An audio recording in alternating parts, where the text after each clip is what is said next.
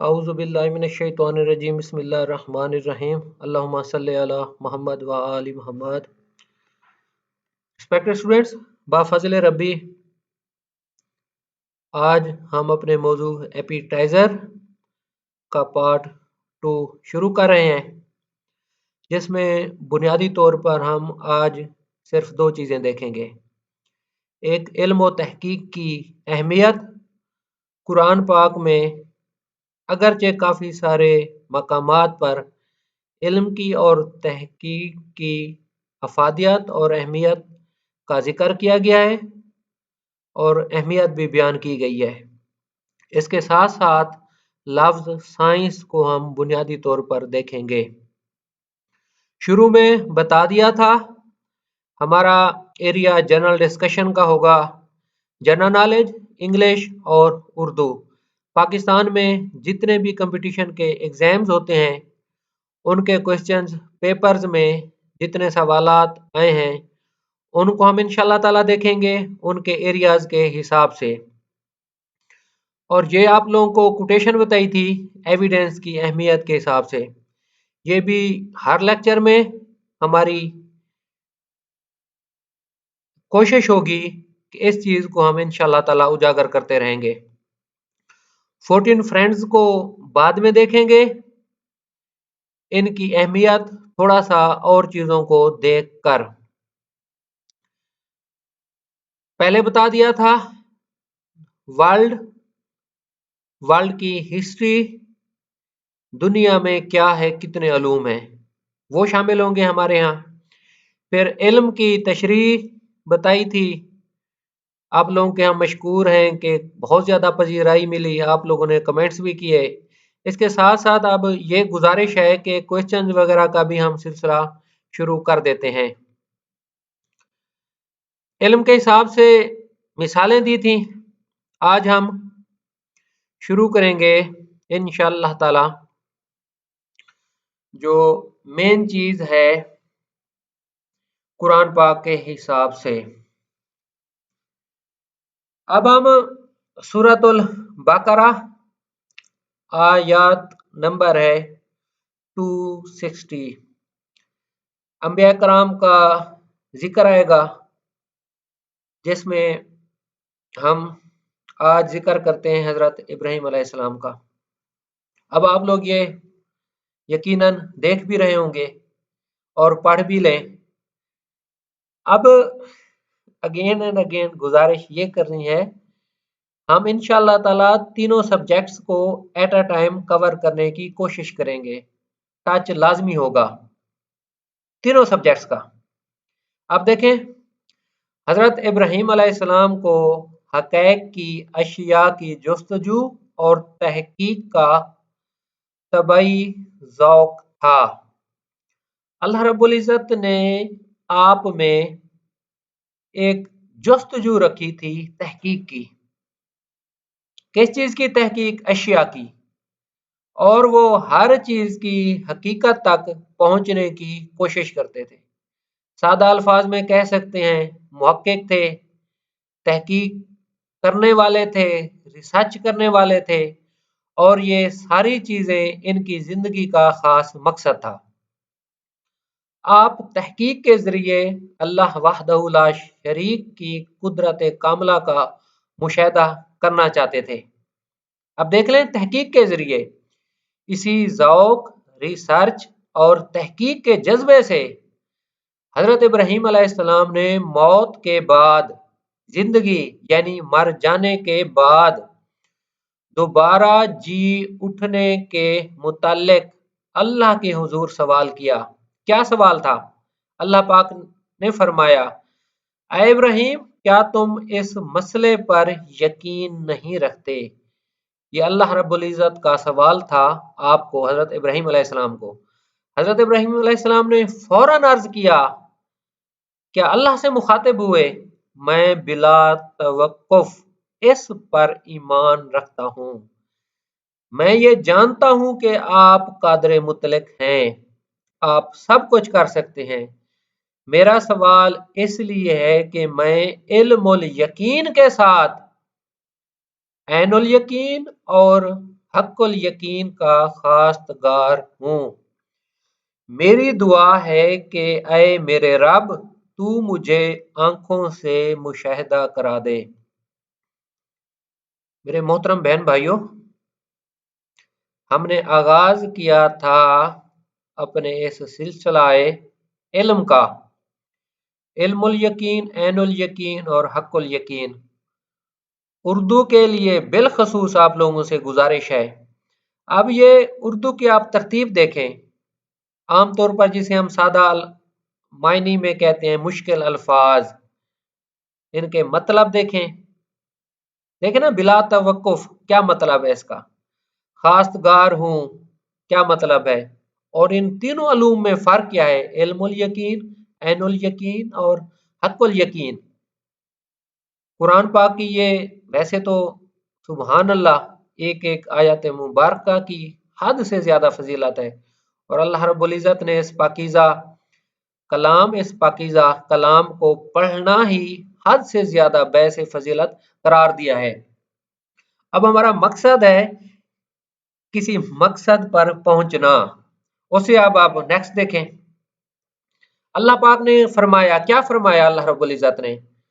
چند پرندے لے لو اور ان کے ٹکڑے ٹکڑے کر کے سامنے والے پہاڑ پر ڈال دو، اور پھر فاصلے پر کھڑے ہو کر انہیں پکارو۔ حضرت ابراہیم علیہ السلام نے ایسا ہی کیا۔ جب حضرت ابراہیم علیہ السلام نے ان کو آواز دی تو ان سب کے اجزاء علیحدہ علیحدہ ہو کر اپنی اپنی شکل میں آ گئے، چار پرندے۔ حضرت ابراہیم علیہ السلام نے کہا کہ اے میرے پروردگار، مجھے دکھا تو کس طرح مردوں کو زندہ کرے گا۔ کہا کیا تو ایمان نہیں رکھتا؟ کہا کیوں نہیں، لیکن دلی اطمینان چاہتا ہوں۔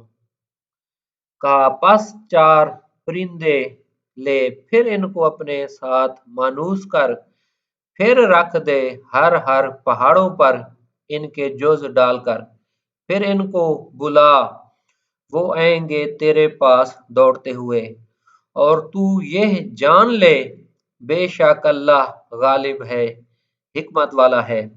اب آگے دیکھیں، اللہ تعالیٰ سے حضرت ابراہیم علیہ السلام کا یہ عرض کرنا کہ ایمان تو ہے لیکن دلی اطمینان کے لیے یہ سوال کرتا ہوں کا مفہوم یہ ہے کہ دل کے اطمینان کے لیے یقین مشاہدہ ضروری ہے۔ دل کے اطمینان کے لیے یقین اور مشاہدہ ضروری ہے۔ اب یہ سورۃ الحجرات کا یہ آخری حوالہ آ رہا ہے۔ اب دیکھیں نا، سورۃ البقرہ ہم نے دیکھی، اور اب ہم سورۃ الحجرات کا تھوڑا سا پورشن دیکھ رہے ہیں۔ اعراب کہتے ہیں کہ ہم ایمان لے آئے، کہہ دو کہ تم ایمان نہیں لے آئے، کیونکہ ہم اسلام لائے ہیں اور ایمان تو ابھی تمہارے دلوں میں داخل نہیں ہوا۔ ریسپیکٹڈ اسٹوڈینٹس، اب ہم نے شروع کیا تھا علم الیقین، عین الیقین اور حق الیقین کا سفر۔ قرآن پاک میں انتہائی خوبصورتی سے ایمان کی تکمیل اور علم کی تکمیل کا واقعہ اللہ کے جلیل القدر نبی کا اللہ رب العزت نے بیان کر دیا۔ اب لرننگ، آج کے اس موضوع کا آپ سبق سمجھ لیں یا دا تھنگس ٹو ڈو، بیٹا وہ یہ ہے کہ آپ قانون کے مختلف سیکشنز وغیرہ تو دیکھتے ہیں، یا بکس میں جو مختلف کتب ہیں اس میں آپ لوگ حوالہ جات یقیناً دیکھتے ہیں ہر چیز کے، لیکن جب تک آپ عملی مشاہدہ سے، تجربہ سے، تحقیق سے نہیں گزر جاتے، جو کچھ آپ پڑھتے ہیں اس پر آپ یقین کامل پر نہیں پہنچ پاتے تو وہ علم آپ کا ایک سطحی علم ہے، حق الیقین کے درجے پر وہ نہیں پہنچ سکتا۔ تو حق الیقین کے درجے پر پہنچنے کے لیے ضروری ہے کہ ہر چیز کی بہترین طریقے سے تحقیق کریں، اللہ رب العزت سے دعا کریں کہ اللہ ہمارا علم علم نافع ہو، وہ علم جس سے انسانیت کا فائدہ ہو جائے۔ یہ ہیں دوستو ہماری بنیادی چیزیں اور باتیں جن کو ہم انشاءاللہ تعالی آگے لے کر جائیں گے۔ اب اس کے بعد ہم دیکھیں گے دوسری جو چیز ہے سائنس۔ جنرل نالج میں جتنے بھی آپ لوگوں کے سوالات ہوتے ہیں سائنس سے متعلقہ ہیں۔ اب اس میں ہسٹری ہے ورلڈ، اشخاص کا تعارف، مقامات کا تعارف، شہروں کا تعارف، صحت کے اصول، انسانی زندگی، بیماریاں، ہیومن باڈی پارٹس کا تعارف، ساری یہ چیزیں شامل ہیں۔ ادب بھی ہے، ہم انشاءاللہ تعالی ایک کسی خاص موضوع کی طرف پہلے جائیں گے نا، پھر اس کی ہسٹری، اس کا موجودہ مقام، ساری چیزیں دیکھیں گے۔ آج ہم سائنس کو تھوڑا سا دیکھتے ہیں کہ لفظ سائنس کیا ہے، کیسے کہاں سے اس کا آغاز ہوا۔ آج صرف ڈیفینیشن پورشن دیکھیں گے۔ اب دیکھیں، science is the pursuit and application of knowledge and understanding of the natural and social world following a systematic methodology based on evidence۔ شروع میں کہا تھا نا ایویڈنس کی کیا اہمیت ہے، بلکہ ایک ہمارے مہربان دوست آرمی افیسر ہیں، وہ بیان کر رہے تھے کہ کرمنالوجی، کرائمز ہوتے ہیں، ہر شعبہ جات کا اس سے بہت زیادہ تعلق ہوتا ہے، لیکن افواج پاکستان یا پوری دنیا کی کوئی بھی فوج لے لیں، کرائمز، ڈیٹینشن، وہ تو بہت بڑے لیول پر ہوتی ہے۔ Integrity, security of the state کا مسئلہ ہوتا ہے۔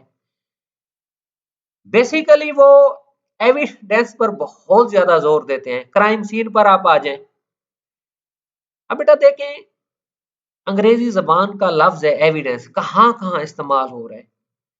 صرف شعبہ قانون میں اس کا اطلاق نہیں ہے، ہر چیز میں اس کا اطلاق ہے۔ اگین تھوڑا سا اس ڈیفینیشن کو پڑھ لیں اور سمجھ لیں، مزید اس کی ایکسپلینیشن انشاءاللہ تعالی ہم نیکسٹ جائیں گے جب لفظ سائنس کا آپریشن کریں گے، سائنس کو مزید ڈیوائیڈ کریں گے، توڑیں گے اس لفظ کو کہ اس میں کیا کیا کون کون سے مضامین شامل ہیں۔